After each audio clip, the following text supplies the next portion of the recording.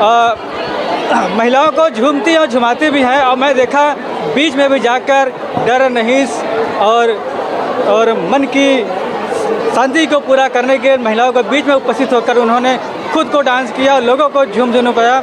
और महिलाओं ने खड़े होकर भी क्या खूबसूरती से दर्शन लिया।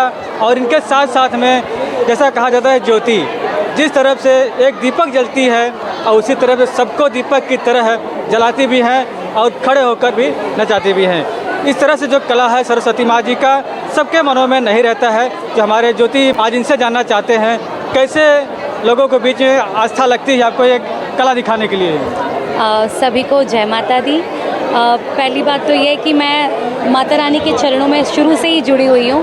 हालांकि कभी संगीत सीखा नहीं है, लेकिन माँ ने इतनी प्यारी सी आवाज़ दी है। अगर आज भी हाज़िरी लगाने चले जाएं तो कभी भी कोई ये नहीं कहता, हर कोई तारीफ़ करते हैं और इतना आनंद आता है और इतनी शक्ति आती है। ऐसे लगता है कि पीछे हमारे एक शक्ति चल ही रही है। जैसे कि आपने कहा कि जुमाने की बात है, तो ये कहते हैं ना कि पीछे मात्र शक्ति हमारे खुद ही चल रही होती है।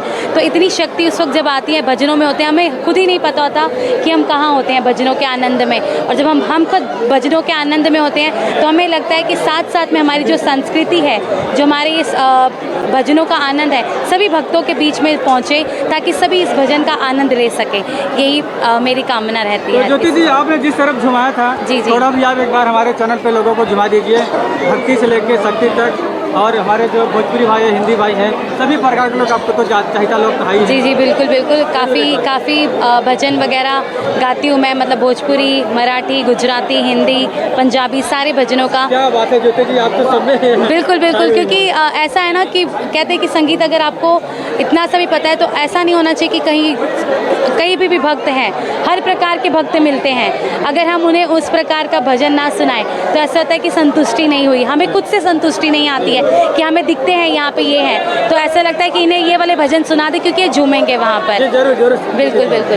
तो एक प्यारा सा भजन है, जैसे काफ़ी माताएं बहनें उस भजन पे झूमे क्योंकि उत्तर भारतीय लोग काफ़ी थे यहाँ पर। और हमारे माँ वैष्णो मित्र मंदिर घाटकोपर के यहाँ पे जितने भी प्रेमी थे, जितने भी भक्त थे, सभी यहाँ पर आए थे और जिस भाव से झूमे थे वो यही भाव था। जी बिल्कुल। निमिया के डाढ़ मैया नावेली झूलहवा हो कि झूली रे झूली ना हो, कि झूली रे झूली ना, कि मैया मोरी गावेली गितिया हो कि झूली रे झूली ना। ये हमारे उत्तर भारतीयों का इतना प्यारा सा पचरा है। जो जहाँ ये पचरा आता है वहाँ उत्तर भारतीय जितनी भी माताएं बहनें सब झूमती हैं, सब नाचती हैं और अपने गाँव तक पहुँच जाती हैं इस भजन को सुन करके।